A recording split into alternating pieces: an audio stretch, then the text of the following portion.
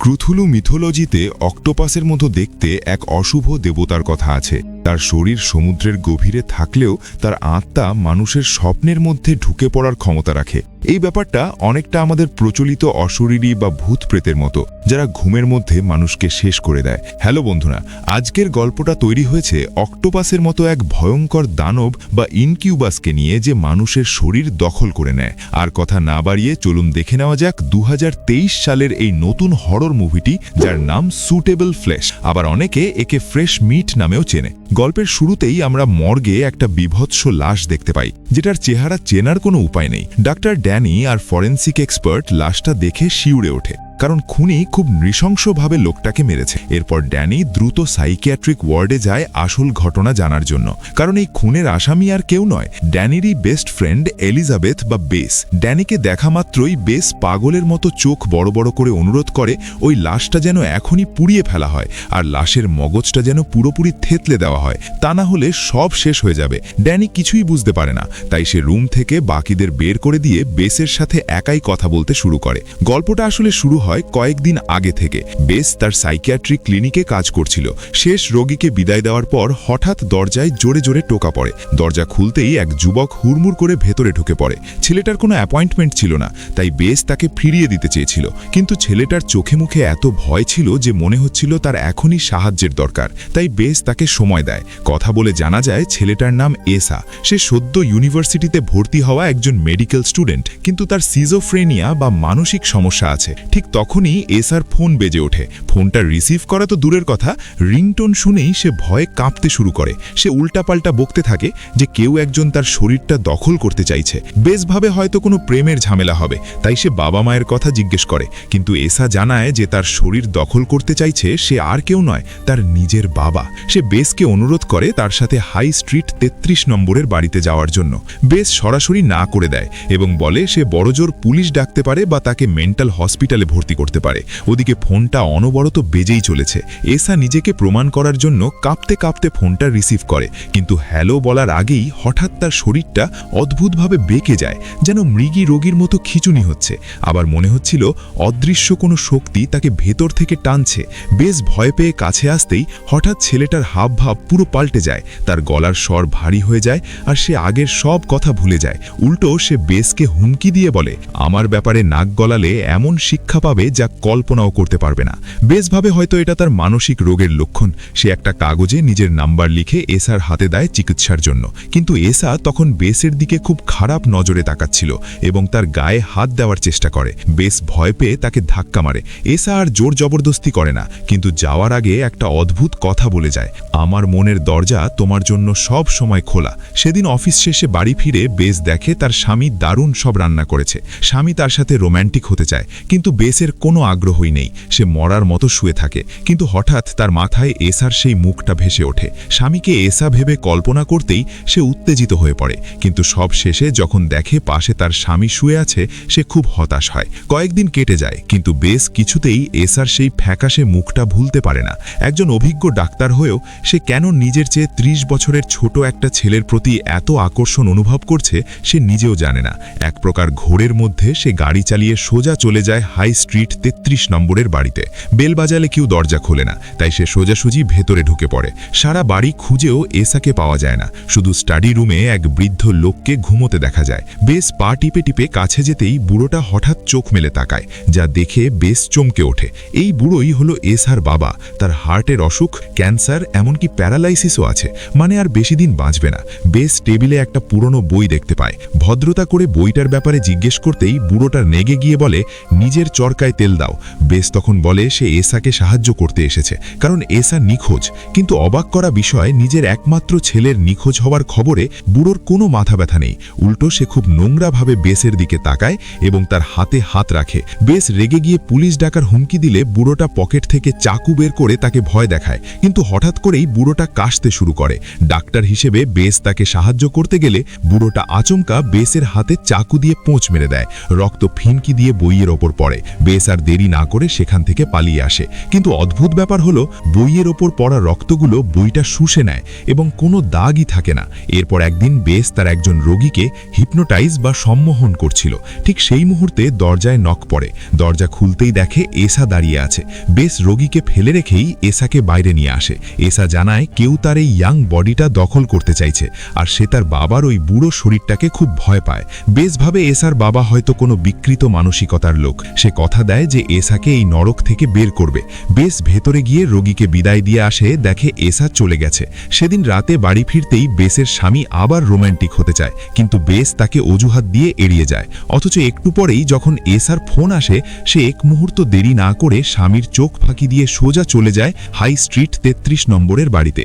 ঘরে ঢুকেই সে চমকে যায়, দেখে সেই বুড়োটা ফ্লোরে পড়ে কাতরাচ্ছে, মনে হচ্ছে হার্ট অ্যাটাক হয়েছে। বেস অ্যাম্বুলেন্স ডাকার জন্য ফোন বের করতেই এসা এসে ফোনটা কেড়ে নিয়ে জানালা দিয়ে বাইরে ফেলে দেয়। তারপর একটা বড় চাকু বের করে বাবাকে মেরে ফেলতে উদ্যত হয়। বেস তাকে থামানোর চেষ্টা করে এবং চেক করে দেখে বুড়োর পালস নেই, মানে সে মারা গেছে। কিন্তু এসা থামতে চায় না। সে বলে এর মাথা কেটে আলাদা করতে হবে, শরীর পুড়িয়ে ফেলতে হবে। এসা দাবি করে এটা তার বাবা নয়, এটা একটা অক্টোপাস শয়তান যে মানুষের শরীর দখল করে। অফিসে সেদিন তার মৃগী রোগ হয়নি, ওই শয়তানটা তার শরীরে ঢোকার চেষ্টা করেছিল, আর একবার এমন হলে সে চিরতরে এসার শরীরটা নিয়ে নেবে। ঠিক তখনই মেঝের মরা বুড়োটা চোখ খোলে আর অদ্ভুত সব মন্ত্র পড়তে শুরু করে। এসা তাকে মারতে গেলে বুড়ো এক হাতেই এসাকে চেপে ধরে। মন্ত্র পড়া শেষ হতেই এসা আবার খিচুনি দিয়ে পড়ে যায়। কিছুক্ষণ পর যখন সে উঠে দাঁড়ায়, তার চোখে আর কোনো ভয় ছিল না। সে ধীর পায়ে বেসের দিকে এগিয়ে আসে এবং সরাসরি তার সাথে মিলন করতে চায়। বেস তো মনে মনে এটাই চাইছিল, তাই সে বাধা দেয় না। কিন্তু সবচেয়ে ভয়ঙ্কর ঘটনা ঘটে তাদের মিলনের পর। হঠাৎ বেসের আত্মা তার শরীর থেকে বেরিয়ে এসার শরীরের মধ্যে ঢুকে যায়, আর এসার শরীরের ভেতরে থাকা শয়তানটা তখন বেসের শরীর নিয়ে মজা করতে থাকে। শয়তানটা স্বীকার করে যে প্রথম দেখাতেই সে বেসের শরীরটা চেয়েছিল। এরপর আবার দুজনেই মাটিতে পড়ে যায় এবং আত্মা আবার অদলবদল হয়ে নিজের শরীরে ফিরে আসে। শয়তানটা বেসকে বলে প্রথমবার বডি চেঞ্জ করলে একটু কষ্ট হয়, পরের বার থেকে সব সহজ হয়ে যাবে। কথা বলতে বলতেই শয়তানটা খেয়াল করে বুড়ো লোকটার শরীর, যেটা এখন এসার আসল আত্মা, সেখান থেকে উধাও হয়ে গেছে। সে দৌড়ে বাইরে যায়। এদিকে বেস সেই পুরনো বইটা খুলে দেখে সেখানে অক্টোপাসের মতো দেখতে এক শয়তান মানুষকে খাচ্ছে এমন সব ছবি আঁকা। আসলে এই বুড়ো নিজের আয়ু বাড়ানোর জন্য কালো জাদু করে শয়তানকে ডেকেছিল, কিন্তু শয়তান উল্টো তার শরীর দখল করে নিয়েছে। হঠাৎ পেছন থেকে সেই বুড়োটা এসে বেসকে জড়িয়ে ধরে এবং কান্না জড়িত কণ্ঠে বলে, আমি এসা, আমাকে বাঁচাও। বেস ভয়ে চিৎকার করে ওঠে। সেই চিৎকার শুনে শয়তান, যে এখন এসার শরীরে আছে, ফিরে আসে। সে এসাকে, যে এখন বুড়োর শরীরে, চুল ধরে টেনে নিয়ে এক কোপে তার শরীর থেকে আলাদা করে দেয়। বেস এটা দেখে পুরো ভেঙে পড়ে। কিন্তু ভয়ঙ্কর দৃশ্য হলো, শরীর থেকে মাথা আলাদা হওয়ার পরেও সেই কাটা মুন্ডুটা কথা বলছিল এবং সাহায্য চাইছিল। ধস্তাধস্তির সময় মোমবাতি পড়ে গিয়ে ঘরে আগুন লেগে যায়। বেস আগুনের মধ্যে সব ফেলে কোনো মতে পালিয়ে তার বন্ধু ড্যানির কাছে যায় এবং সব খুলে বলে। কিন্তু সাইকোলজিস্ট ড্যানি এসব ভূত প্রেতে বিশ্বাস করে না। সেভাবে বেসকে হয়তো কোনো ড্রাগস দেওয়া হয়েছে, তাই সে হ্যালুসিনেশন দেখছে। ড্যানির কথায় বেস নিজেও একটু কনফিউজড হয়ে যায় এবং বাড়ি ফিরে সব ভুলে যাওয়ার সিদ্ধান্ত নেয়। কিন্তু বাড়িতে ঢুকতেই দেখে পুলিশ বসে আছে। পুলিশ তাকে জিজ্ঞেস করে গতরাতে সে হাই স্ট্রিট 33 নম্বরে ছিল কিনা। বেশ ভয় পেয়ে যায়, কিন্তু স্বাভাবিক থাকার ভান করে। পুলিশ লাশের কথা কিছুই বলে না, শুধু জানায় সেখানে আগুন লেগেছিল। আর বাড়ির মালিকের ছেলে এসা নিজেই সাক্ষী দিয়েছে যে আগুন লাগার আগেই বেশ সেখান থেকে চলে এসেছিল।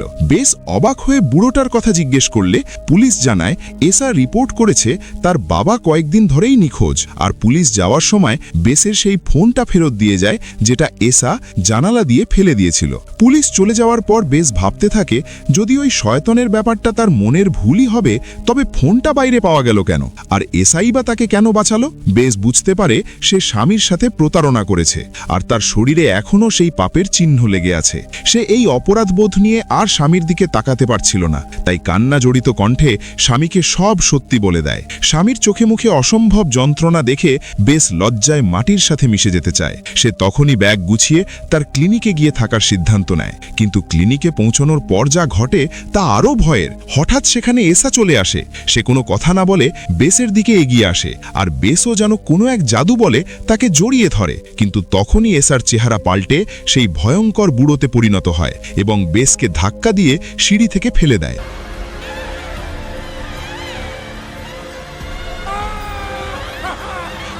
বেশ চিৎকার করে জেগে ওঠে।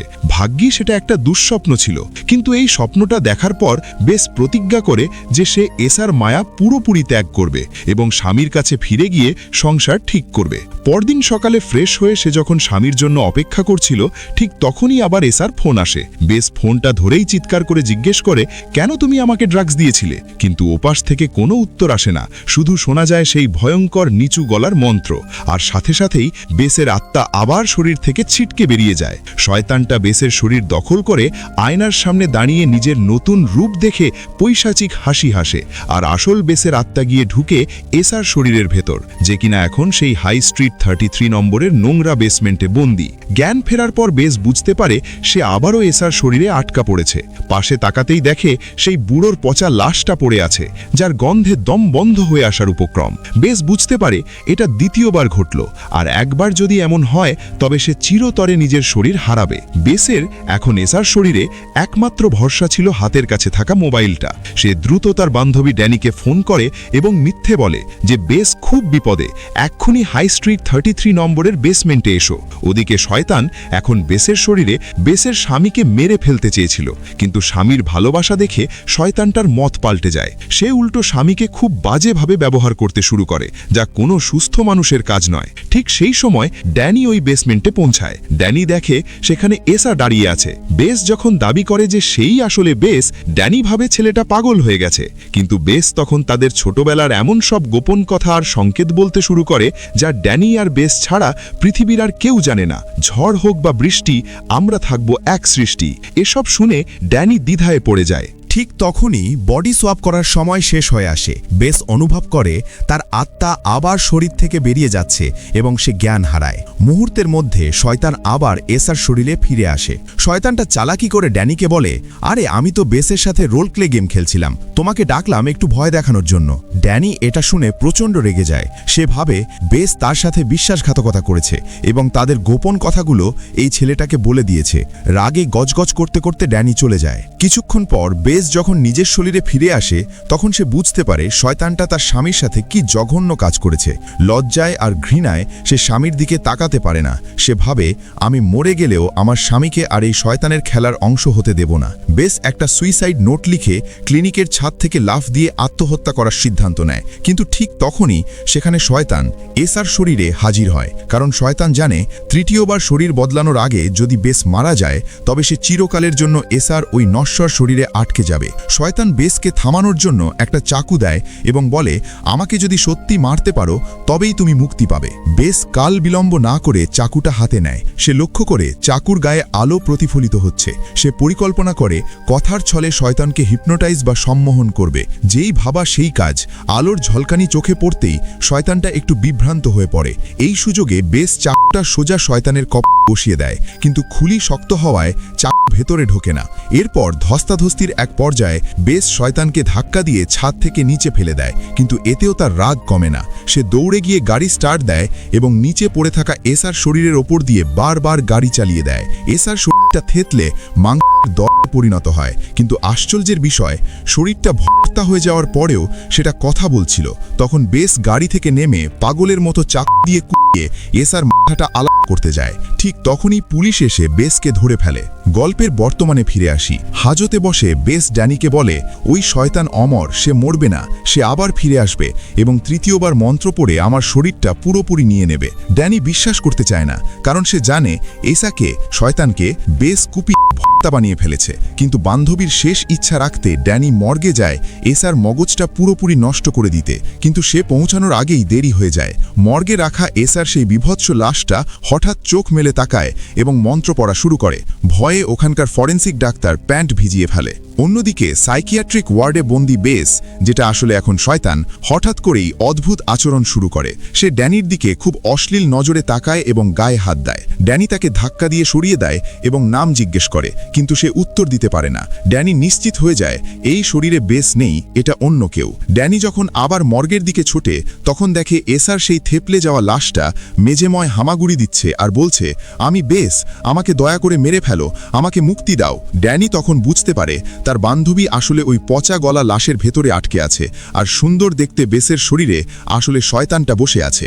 ড্যানি রাগে অন্ধ হয়ে ওয়ার্ডে ফিরে যায়। সে প্রতিজ্ঞা করে যে এই শয়তানকে সে ছাড়বে না, কিন্তু শয়তান তখন খুব ধূর্ত চাল চালে। সে জানে শরীর বদলানোর জন্য শুধু মিলন নয়, রক্তের মাধ্যমেও কাজ হয়। ড্যানি যখন তাকে মারতে যায়, শয়তানটা খামচি দিয়ে ড্যানির গলা ছিঁড়ে রক্ত বের করে দেয়, আর সাথে সাথে সেই জীবন্ত মন্ত্র ড্যানির কাটা জায়গা দিয়ে ভেতরে ঢুকে তার আত্মাটাকে টেনে বের করে আনে। ওদিকে সিকিউরিটি গার্ড এসে মনে করে ড্যানি ডাক্তার বিপদে, তাই সে শয়তানকে, যে এখন ড্যানির শরীরে ঢোকার চেষ্টা করছে, সাহায্য করতে যায়। ধস্তাধস্তির মধ্যে গার্ডের বন্দুকটা ড্যানির হাতে চলে আসে। ঠিক সেই মুহূর্তে ওয়ার্ডের এক কোণে চাদর ঢাকা কিছু একটা নড়ে ওঠে। ড্যানি চাদর সরাতেই দেখে এসার সেই থেতলে যাওয়া লাশটা, আসল বেস, সেখানে আছে। বেস তার ভাঙা হাতটা বাড়িয়ে দিয়ে ড্যানিকে বলে, ঝড় হোক বা বৃষ্টি। ড্যানি চোখের জল মুছতে মুছতে বন্দুকটা বেসের মাথায় ঠেকায়। সে জানে তার বান্ধবীকে এই নরক যন্ত্রণা থেকে মুক্তি দেওয়ার একটাই পথ। ড্যানি গুলি করে বেসের মাথা উড়িয়ে দেয়। এতে শয়তানটা ভয় পেয়ে যায়, কারণ মগজ নষ্ট হলে সে আর ওই শরীরে ফিরতে পারবে না।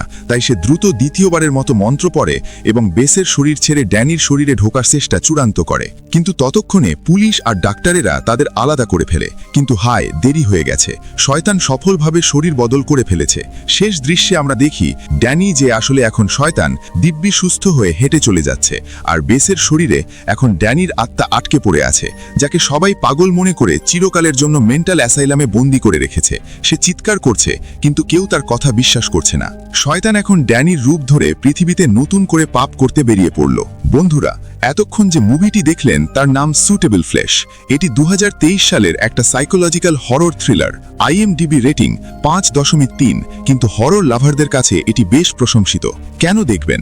এই মুভিটি HP লাভক্রাফটের বিখ্যাত গল্প দ্য থিং অন দ্য ডোরস্টেপ অবলম্বনে তৈরি। এখানে গতানুগতিক ভূতের ভয় নেই, আছে বডি হরর আর সাইকোলজিক্যাল থ্রিলার। নিজের শরীর অন্য কেউ দখল করে নিচ্ছে, এই অসহায়ত্ব আর বাঁচার আকুতি মুভিটির প্রতিটি মুহূর্ত আপনাকে শিহরিত করবে। বিশেষ করে শেষে টুইস্টটা আপনার মাথা ঘুরিয়ে দেবে। ভিডিওটি ভালো লাগলে লাইক দিতে ভুলবেন না। আর আপনি যদি এরকম প্যারানরমাল বা সাইকোলজিক্যাল থ্রিলার পছন্দ করেন, তবে কমেন্টে জানান। আমি এরকম আরও ধামাকা সব মুভির গল্প নিয়ে হাজির হব। সাবস্ক্রাইব করে পাশেই থাকুন। দেখা হচ্ছে পরের ভিডিওতে।